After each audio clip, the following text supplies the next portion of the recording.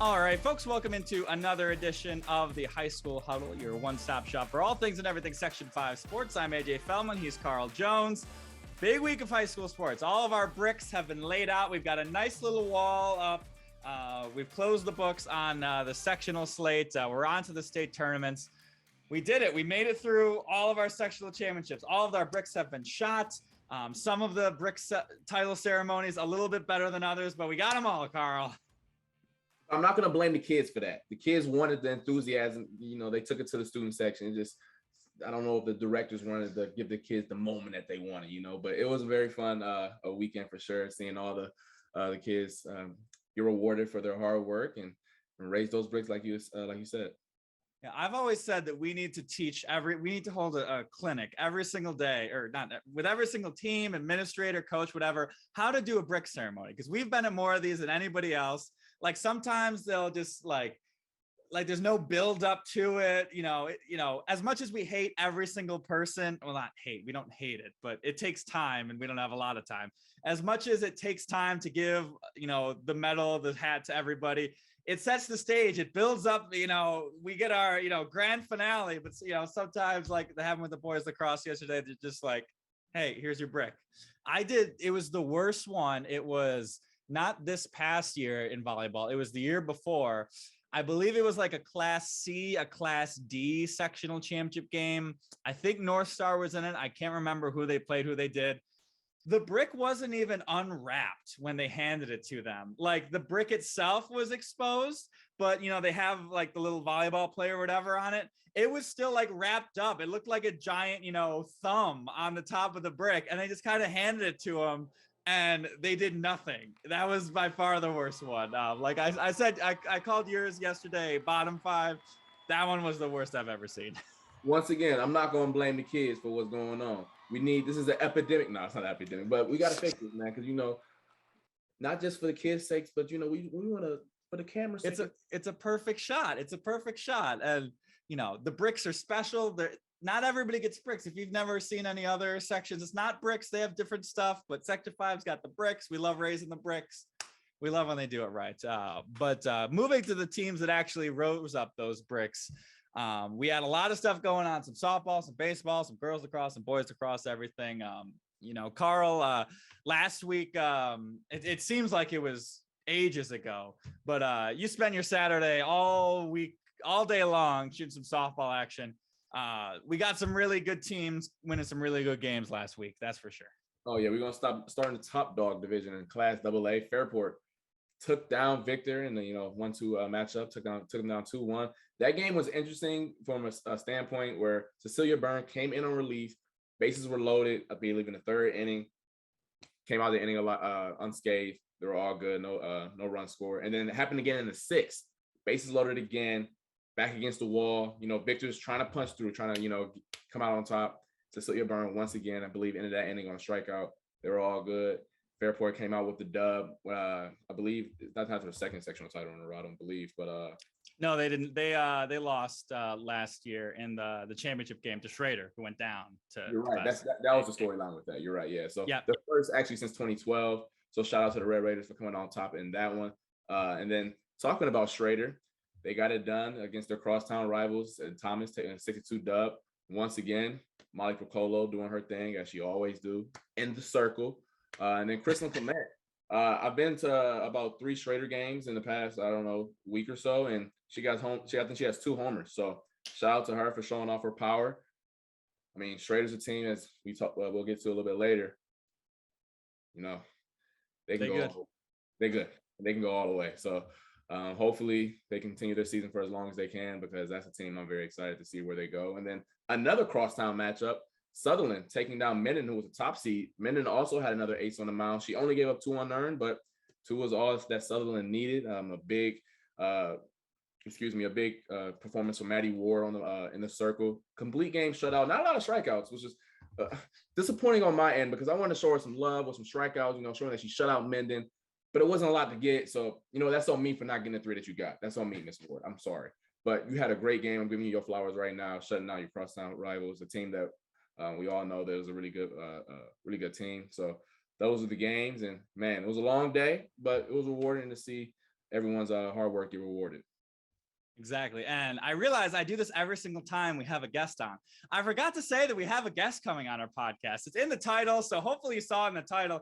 We got Margaret Johnson here from WIVB coming in. We do this every sectional, Far West regional show. I always forget it basically every time. This time I remembered in time where we don't have to re-record this. But Margaret Johnson of WIVB is coming on our show, our sister station in Buffalo. We love the insight she provides. We got a nice discussion on everything and all things for this Saturday slate of games. As we tape this on Friday today instead of Thursday, just because we had all this weather stuff get pushed back. But once again, that's going to be coming up in a little bit, probably in a couple minutes. But either way, back to the stuff that I was actually supposed to talk about. I had a little eclectic mix of sectional championship games. Got a little boys lacrosse, got a little girls lacrosse, got a little baseball. I want to start by talking about the baseball I saw at Frontier Field earlier this week on Tuesday. You had the Will Taylor show getting it done for McQuaid. We're going to talk about him later with Mary Margaret, but one earned run. I believe it was his first earned run in, I think maybe since they got back from that North Carolina trip. He has just been unstoppable. He's just been lights out. Victor did get to him with a leadoff homer in the 7th inning, made it 2-1. They got their guy to second, so a little bit of pressure for our Wolfer commit, but he got it done with the final 2 strikeouts. He had 11 on the game, so that was special as well. And then in the Class A1 championship game I was at, it was Thomas taking down their crosstown rivals of Schrader. A lot of crosstowns going on. Thomas getting it done with 2 runs in the first, 2 runs in the third, and then I believe it was the top of the 6th where they got 3 runs across. So Thomas scores in bunches. They did that in the crossover game as well against Sutherland, which Carl was at. They were finally, getting some runs. They really blew it open that 3rd inning. So Thomas can score in bunches. We'll see, how that fares for them in those Far West regional games. And then on the girls lacrosse side, it's Victor. Canandaigua did give them a pretty good push. I will have to admit, Canandaigua, they held their own against the now number 2 team in the country, the Victor Blue Devils. Their only loss to another top 5 team out of Connecticut. So Victor got it done. Palmac got it done once again. Faith Beals with the clutch save at the end. Aquinas Palmac scored with 23 seconds to go. Aquinas won the draw control. They got down. They got a free position shot. So it's you and the goalie. Sectional title on your stick. Goalie got the kick save. Faith Beals getting it done for that. And then just kind of rounding out the rest of our lacrosse action. RH girls lacrosse finally got their win. We've talked about them all season long. They lost the last 3 sectional title games. Last year it was a last minute goal. The year before that, it was the season before that, it was a quadruple overtime game. So RH finally getting it done. And then we were both at a little bit of the boys lacrosse, where, we've got a lot of good lacrosse teams in the section, but kind of 2 teams really stood out from the pack when it came time to race some bricks. Yeah, I mean, off their, I guess, upset victory over Victor, Canandaigua, once again got it done in the title game. And that was one of the games where the anticlimactic brick ceremony. So, but the kids, they took it from there and they celebrated with the student section and gave the brick to the students. So Canandaigua got my respect for how they got that done. And we talked about the week prior about what will Canandaigua do to slow down that Victor attack. And they did that. So give their flowers for that. And followed it up with I guess another low scoring game, but they got the job done. And then in the class, in the top dog division, Class A, Fairport just controlled Pittsford on both ends of the field. Pittsford couldn't get anything going on the offensive end. I mean, unless it was a man up situation, just Fairport controlled them. Their size and their athleticism really showed in that game. And it was low scoring. So, for someone like me who's a novice, I'm trying to get goals. I'm trying to get boom, boom, pow. Really wasn't a lot of that going on, but Joe Gigi though, baby. Joe Gigi. I will say that if your camera wasn't ready, to start the game, you missed it. And then you missed it again right before half because that man won the face-offs and took off the other way and darted. So, shout out to him for doing that. And he got a big hit in the second half too, where we put the cameras down because the game was kind of out of reach. And he's a physical kid as well, obviously doing the face-offs. So shout out to the Red Raiders for getting it done in the boys lacrosse championship. they didn't really make it a competitive game whatsoever. So we'll see how the Braves and Red Raiders, handle that going forward. Yeah, we got Far West Regionals coming up this Saturday. And like I mentioned in the middle of my introduction, we got Mary Margaret Johnson coming on the podcast. We're going to get to that interview right now. She dropped a lot of great knowledge. Once again, we love having her on. Here's our interview with Miss Mary Margaret Johnson. All right, it is our favorite time of the year. Well, our favorite time 3 times every year is we get to bring in Mary Margaret Johnson of WIVB, our sister station in Buffalo, to break down everything with the Far West Regionals. Mary Margaret, how are we doing on this fine Friday afternoon? Oh, amazing. Just as always. Thanks again for having me back. I'm glad I didn't get kicked off after, spewing all that knowledge after football and basketball. So it's always nice to be back on this. Yeah, I saw you were on social media. I saw you were on vacation. I was like, I don't know if she's gonna be back in time. We might miss out on the Mary Margaret Johnson show, but we're back and we're better than ever. Of course. Yeah. I had to be back just in time for all the sectional championships. I did miss baseball, but I got everything else. So, right in time. All right. So we're going to get right into it. As we kind of mentioned last week, when we did our sectional previews, there's a lot going on in the spring. We got lacrosse going, we got baseball going, we got softball going. So we're going to kind of break down the big topic points, discussion points, the big games, the big teams, because we got a lot of action going on this Saturday and even a little bit today. A couple of games going on today, softball games. But we're going to start off on the lacrosse field now. Lacrosse Section 5 versus Section 6. It has been a little lopsided, both in recent memory and in long-term memory. And once again, this is our first time since 2019 since we've had these Far West Regionals. Obviously, there was no sports at all in the spring in 2020. Last year, we did not have the state tournament, so we got to go back a little bit to the record books. But the last time these two sections faced off in 2019, it was 7 wins for Section 5. It was 1 win for Section 6. In 2018, it was 6-2 for the Rochester boys and girls. So Rochester, it's been tilted in their favor. We'll see what happens this Saturday, but we'll start off with the girls lacrosse side, Mary Margaret. If there's one team you got to pick that you've really had your eyes on this season, a team that can really give a push to our Section 5 powerhouses, who do you kind of have your eyes on this weekend? These games will be played here in Rochester at Pittsford Sutherland High School.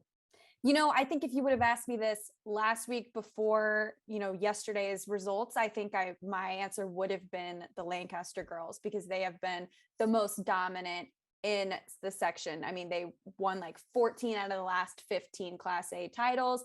They have always been the team to beat. But then last night, for the number 2 seed coming into the playoffs this year, they faced off against Clarence, who took a 9-2 lead into the half. And then Lancaster made a really big comeback to make it a 13-11 game, but it was Clarence that's coming out of the section. They won their first sectional championship last night since 2003. So none of these girls have been in this position before, and they were just jacked up. Like, I have not seen a team that excited for a win in a really, really long time. It was so cool to see.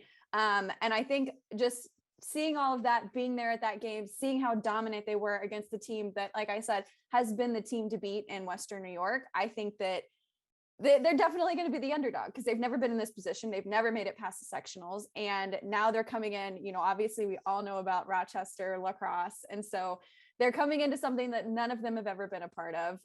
But I think that, just being at that game and seeing the energy and feeling how palpable the excitement was, I feel like they're definitely a team that could potentially have a pretty big upset. I mean, they're 16-2 overall. Their only 2 losses this season came to Aquinas, which I was at that game, and it was also a really close game this season. And then they lost to Lancaster. They split the season. So I don't know. They're outstanding. They can score a lot. Their goalie is amazing. She made some incredible saves, which, again, I've always said I could never be a goalie in any sport, and especially lacrosse. I mean, watching all that, it was like off the stick, and she was making all these crazy moves in the goal. And I'm like, good for you, Kaya. I could never do that. So mad respect to her. But yeah, I think Clarence is going to that's my dark horse. And I think that's the one team that I have. Grand Island also is really, really good, but they also just won their first championship. So, there's a lot of newness coming out of this section this year. It's funny that you said the team that they lost to Aquinas, they just, I believe, lost in the sectional title to Yeah, in our Class D bracket to Palmac. So, yeah.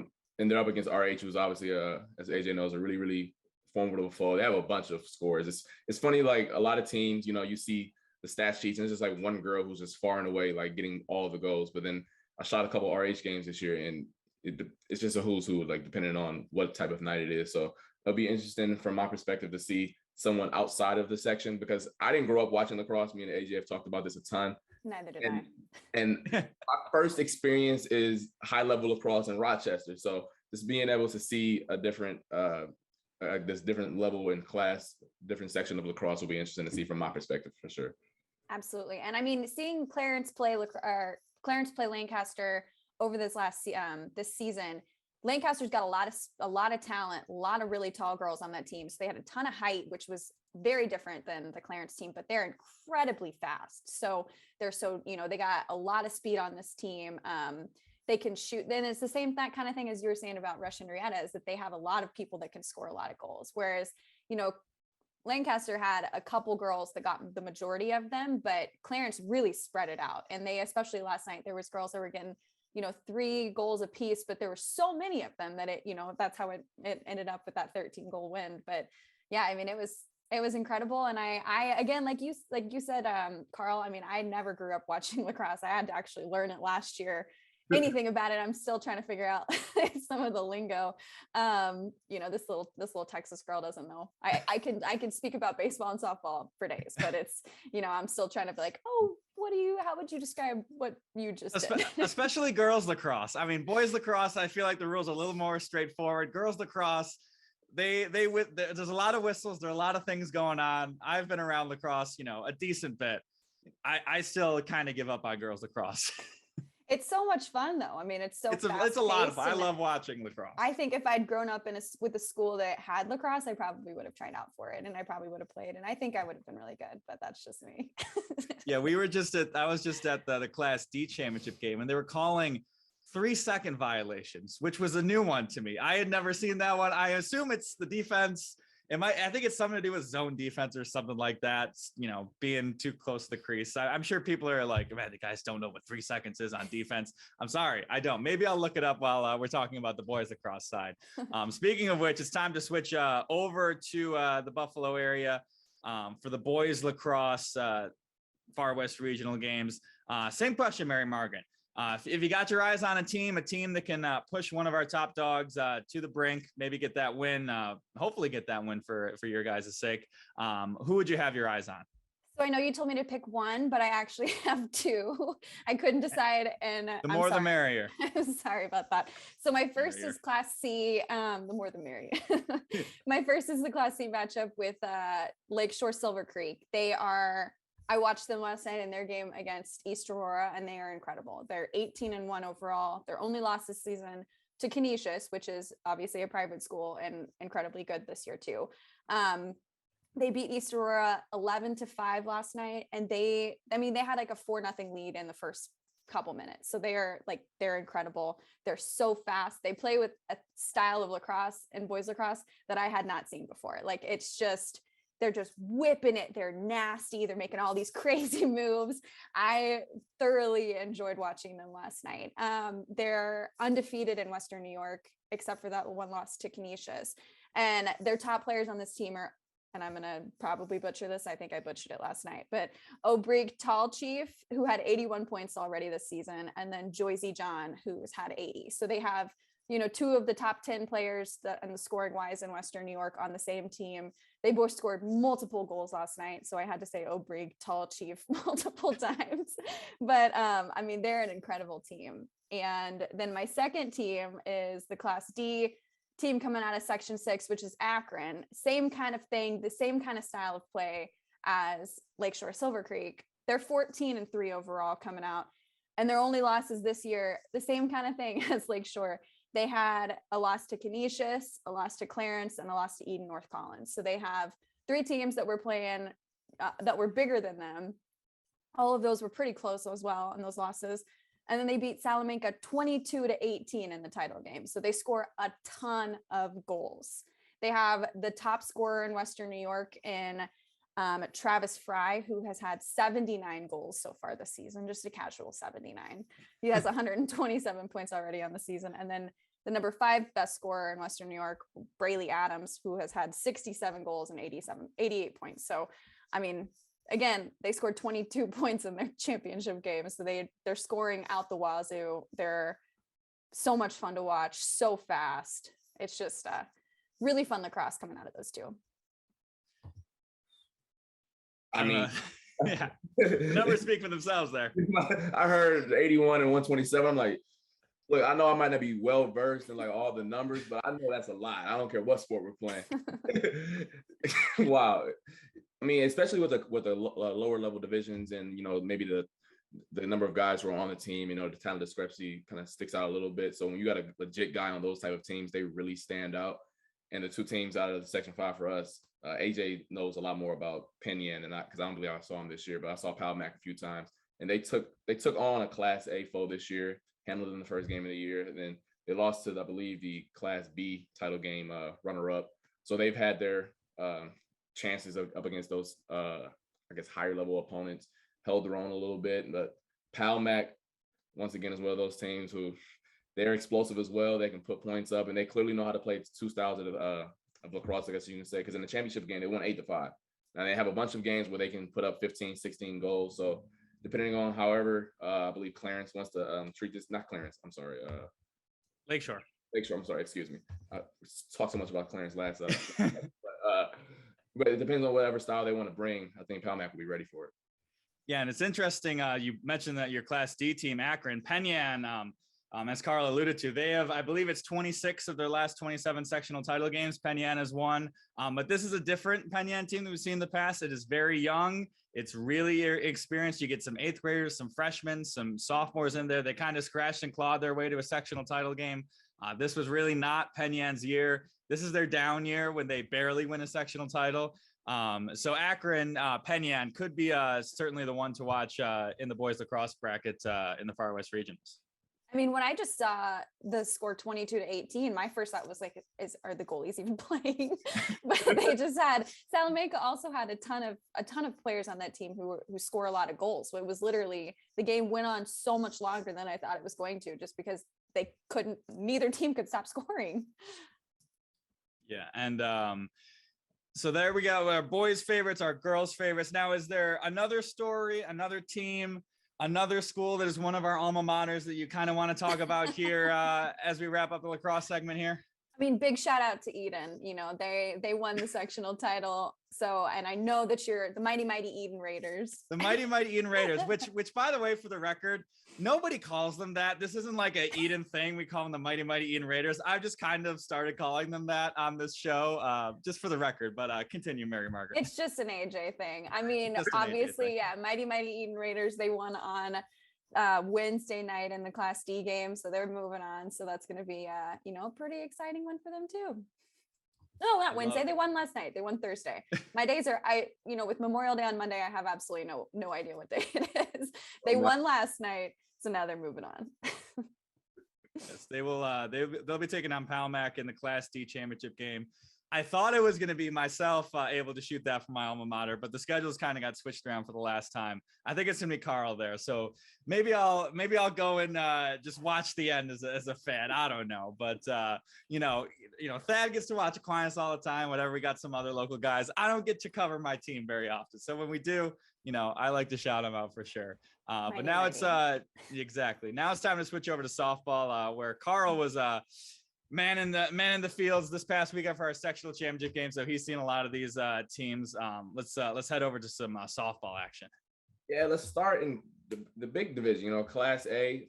We got Fairport up against Lancaster. And I'm looking at the numbers, and the number that sticks out to me is 1.3 runs allowed a game from Lancaster. Can talk about what type of opponent they are and what they're bringing to the table, because 9 shutouts ain't nothing to sneeze at. And that number, once again, didn't play baseball or softball, but I know an exceptional number when I see one, and that's one. So just talk to me about that. Oh my gosh. So Lancaster has been my they've been a team that has just, every time I go and watch them, if I don't show up before someone's already scored, there's a pretty good chance that there's going to be no scoring by the time that the game is over. They can hit well, but they've played, I mean, the opponents that they faced this year have been incredible, and they have been absolutely incredible. And a lot of the reason for the shutouts that they've pitched this year and that they've had this year is because of their pitcher, Maddie Balk, who is a Florida State signee. She is incredible. Florida State. That's a big time softball. Yeah, that's a big time softball. This is 90-degree softball weather. I mean, she's incredible. I was at a couple games this year, one of them where she pitched 19 strikeouts. 19 out, there's 21 total. She pitched 19. She literally only had 2 that were not strikeouts. And then the game the other day, she pitched the entirety of the sectional championship game against Orchard Park, 11 innings. She pitched 11 innings, 15 strikeouts in that one. I mean, she's amazing. Literally, I've been at games where teams are cheering if they even get a hit or a walk, like cheering if they don't strike out against Maddie. It's not a walk, it's a run to first. They are running for joy. Like the dugout goes insane if it's not a strikeout against Maddie Bach. She is amazing. She's definitely, I think, probably the best player in the entire section. She not only can she pitch, I mean, she's also an incredible hitter. She had an RBI the other day that was the game-winning run for Lancaster against Orchard Park on Tuesday in that sectional championship game. They have only lost 2 games this year. One of them was to Orchard Park and one of them was to Clarence. And Clarence has been the reigning sectional champion for a long time. So they are a fantastic team. But like I said, I mean, a lot of these games that they've played they've been close games, even though they've either shut them out, but they have had a hard time scoring a lot of runs this year. And so I think because their fielding is incredible, their pitching is incredible, but they really need to get their bats hot. Because like I said, I mean, it went to 11 innings in the championship game the other day. It felt like it was 1,000 because it was also sun beating down on me. But yeah, I think, pitching, fielding, their defense is definitely not the issue, but they really need to get their bats hot.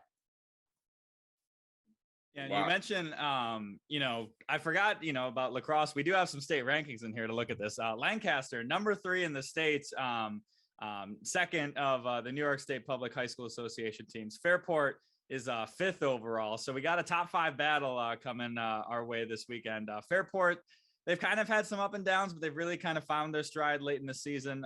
We've kind of had them pegged as, our AA favorites. They tripped up a little bit, but I think they're really finding their groove. But it seems like they're going to have to find a little something else special on Saturday. I mean, like I said, if there's cheering in the Fairport dugout, if they get anything other than a strikeout from Maddie Bach, I mean, I would not be surprised.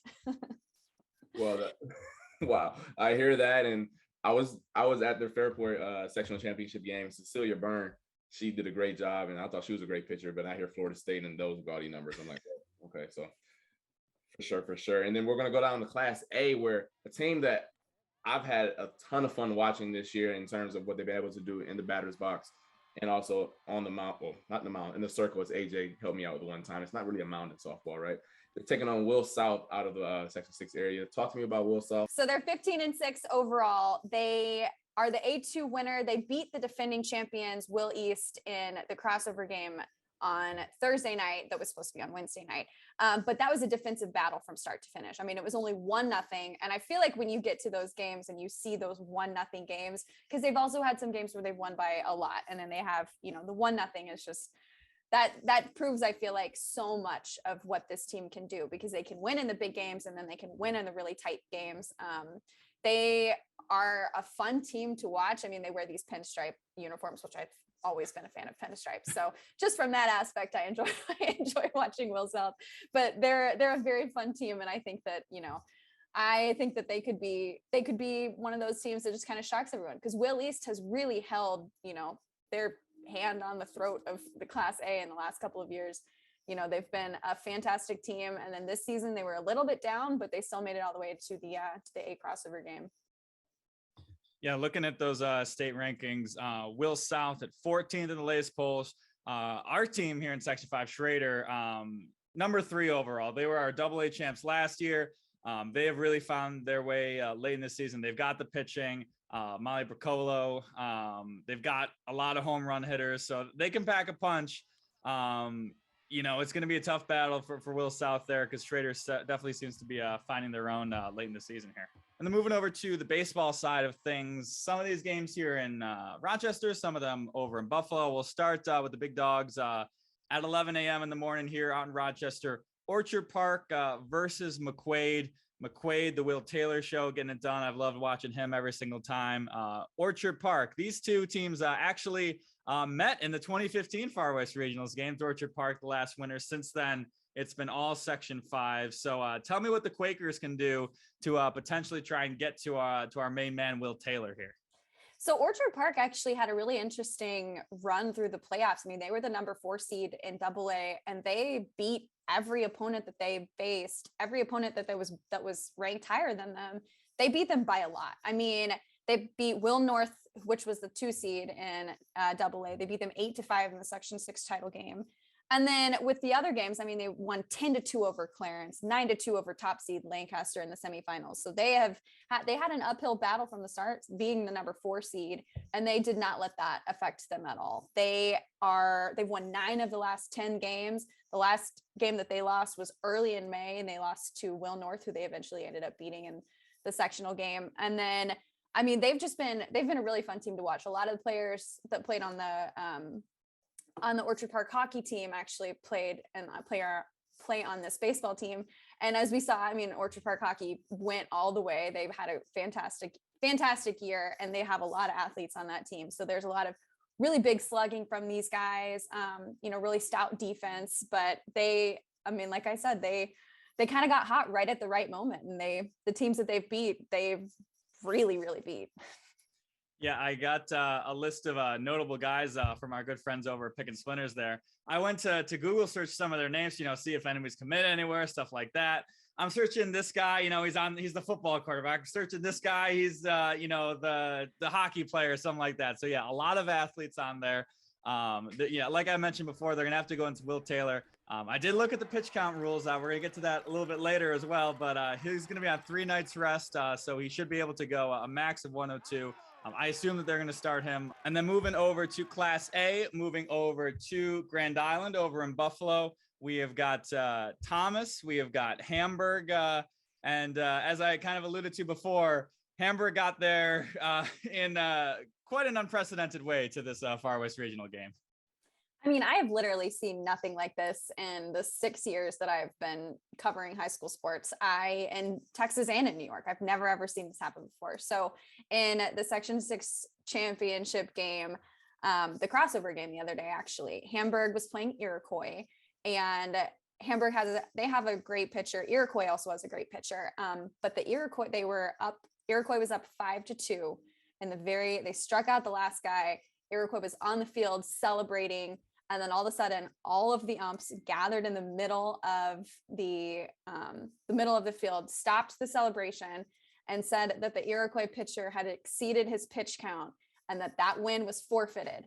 And then Hamburg is now representing the section in the Far West Regionals. I mean, just absolute confusion, absolute craziness I've never seen. I mean, I've been in dugouts, I've been shooting next to dugouts, and every single time there's someone who's watching the pitch count. I mean, he was only 3 pitches over. So it was literally on the very last batter of the game. I just don't really understand how that happens and how anybody allows that to happen. But yeah, I mean, Hamburg is now representing the section, an absolute crazy way to get to this point, but they have also had a great run throughout the playoffs. I mean, they took down the 2 seed Niagara Wheatfield in the semifinals of the Class A1 sectional. And then they beat top seed Will East, who has also been, had a really, like, Will East softball baseball team has also had a great run throughout the, throughout the year. So that was a great win for Hamburg in the A1 title, and then crazy way to get to this point. But here they are. They have great pitching. They have a pitcher who's committed to go to Alabama, and they're also just a really scrappy team. I've seen them come back. They were up 4-0, and then they came back from a 5-4 deficit and just, really kind of scratched and clawed their way back. But yeah, just again, very wild. Okay, like apparently if you want to go down south and play baseball, go to Buffalo. I mean, that's basketball. No, but the team they're up against in Thomas, they also kind of had not an improbable run to get here. At one point in the season, they were 9-11, and now they strung out 4 straight wins to make it to this Far West regional matchup. So not nearly as crazy as how Hamburg got here, but Thomas is also kind of going on a run down the stretch to get to this point. So it was a matchup of 2 teams that you would have asked them. Well, if you would have asked Hamburg literally right before the last hour, they wouldn't be here. And then Thomas about a month ago, they wouldn't believe it as well. So that matchup has its own little storyline within it. I mean, thinking about also all of the emotions that the Hamburg team had to have felt. I mean, to be down 5-2, to know that like, okay, there's really not really a chance that we're going to come back from this one in the bottom of the 7th. And then to lose the game, to immediately start crying and being like, heartache, season's over, oh my God. To then a few minutes later, oh, we won. We still get to play baseball. I mean, I don't have any words for it. I don't know how I would feel. I mean, I wonder if in the dugout, if they were like, he's close. Nobody tell them, but he's close to the pitch count. No, they were. Yeah, they were. Because it was like, they're like, hey, actually, we're not going to say anything, but. Yeah. So they knew the whole time? Yeah, because they have the pitch counts. Yeah. Yeah. Both teams keep track of the pitches for both pitchers. And actually, when there's a discrepancy, it goes to the home team's book. So it was Hamburg's book because they were different. So that's how it, and like you said, it's crazy how that even happens, because I have shot, back in Minnesota, like, our Babe Ruth baseball, like Little League, like our tournaments and stuff like that. I've tried to talk to a coach, like ask for a roster, something like that. And they're like, no, I can't talk to you. Like our guy's at the pitch count limit. I have to watch every single pitch and make sure I get this guy out in time. Like that's the level of attention this stuff usually gets to. Yeah. Apparently it did not get to that level of attention for. And it was even being broadcast like on the NFHS website or like NFHS network was broadcasting it. And at the bottom on like underneath the team's scores, it had the pitch count. So you could see live, if you were not even at the game, if you were watching it, you could see the pitches, and it was exceeded. There had to be some grandma out there phoning, their, nephew who's the head coach of the team, like calling them, like, take him out, take Jimmy out, take him out of the game. I just so, devastating for Iroquois too, because they had a great run this year too. And they should have, had it not been just for the, those last 3 pitches. Just it's a game of runs. It's a game of pitches, apparently. In a game of numbers. Yes, it's a numbers game. And then finally, heading down to Class B, a team that me and Carl have loved talking about all year long. The Palmac Red Raiders, undefeated so far, a litany of aces on the mound, going on and taking Medina in the cross. So in the Far West Regional game, Mary Margaret, what can you tell us about Palmac's foe here in this Far West Regional matchup? You guys saw Medina in the Far West Football Regional when we were, you and me were hanging out, AJ, at Well South on that very cold, yucky day. Medina, a very controversial day as well. Another also a very controversial day. Oh my gosh, I completely forgot about that.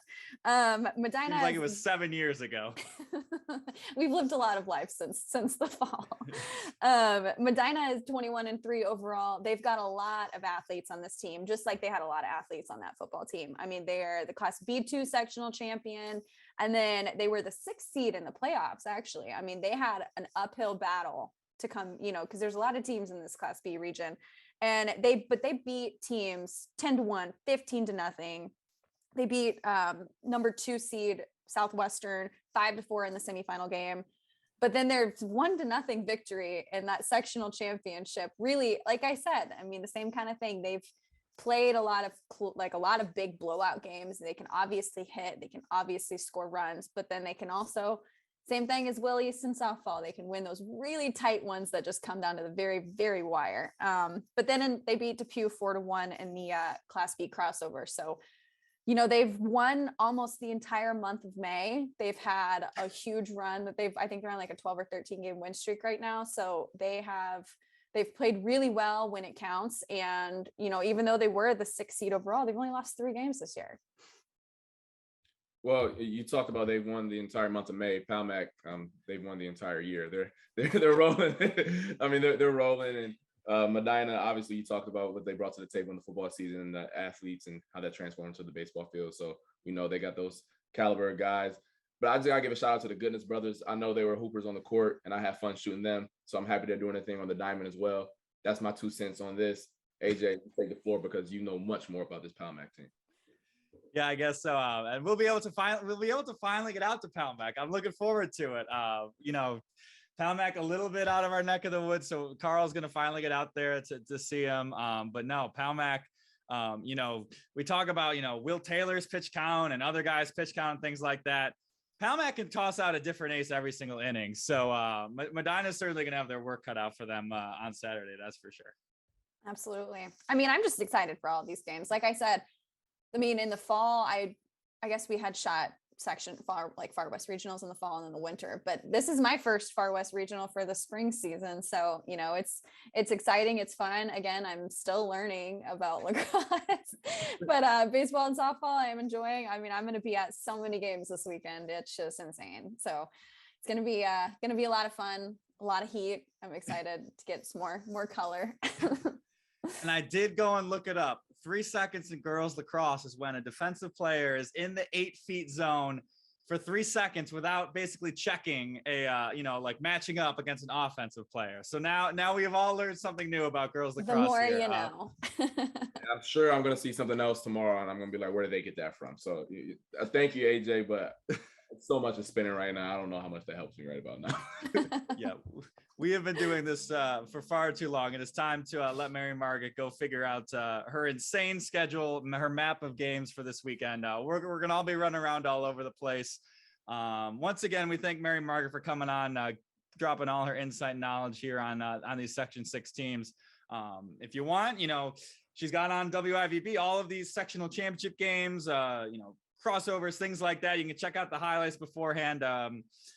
You can check our website, their website. If you watch us on News 8 on Saturday, I'm sure you'll be seeing some of Mary Margaret's footage. So we thank her for everything. We thank her for coming on the podcast. And I don't know if we'll cross paths this spring, but if we do, it's always a pleasure. And but once again, thanks for coming on our podcast once again today. Thanks for always having me, you guys. It's always a good time. All right. Once again, we want to thank Mary Margaret for coming on the podcast. Always a treat, always a pleasure. We get to break down, these Section 6 teams. We get the insight that you're not going to find anywhere else when it comes to these folks. We get the primary sources. That's what they always tell us at journalism school. You got your DBQs going up in high school, your world history. It's all about the primary sources. We give it to you every single season.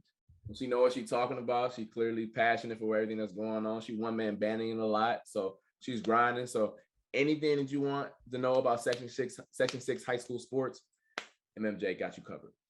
Exactly. And like I said, if you watch News 8 this weekend, you'll probably be seeing some of her highlights, all the stuff she gets for us. We'll be sending stuff there. We go back and forth. It's the magic of the internet is what we, man, I'm so glad I'm not doing this job 30 years ago is all I'll say. But that is all the time we have for us on this week's edition of the High School Huddle. We will be back next week to do a state preview show. But as anybody who knows kind of the industry, once state championships are done, we all sprint to go on vacation to get done before Bill's training camp. So we will see if we do a season-long wrap-up. We'll see if we can find the time to do that. I would like to, but we're all going, many different corners of the country in the month of June and July. So we will see if that happens. But we will be back here next week for sure. Here on the High School Huddle, break down everything that happened in these Far West regionals, and see how far these teams can go in states. Like we've it's been talked ad nauseum. This is the first time these guys have played state tournaments. These guys and girls have played state tournaments since 2019. So I know they are chomping at the bit to get back there to their various state tournament sites. It'll be a fun ride to go along the journey and close out this high school sports season. Yeah, and I'm so upset that I only had like 2 weeks of good weather. I didn't get my weather rant in today, but I'm happy that the forecast was great last week and it'll be good tomorrow. So shout out to Mother Nature and Eric Snyder for providing that. Thank you. Exactly. We praise Eric Snyder every time he gives us the good weather. you know, we can let him slide on the bad stuff. It's not his fault, but we'll thank him for the good stuff. But that'll do us for this week's edition of the High School Huddle podcast. We thank you for watching, for listening. Apple Podcasts, Spotify, RochesterFirst.com, and YouTube. Thank you for watching. We'll be back with you next week, and we will see you next time.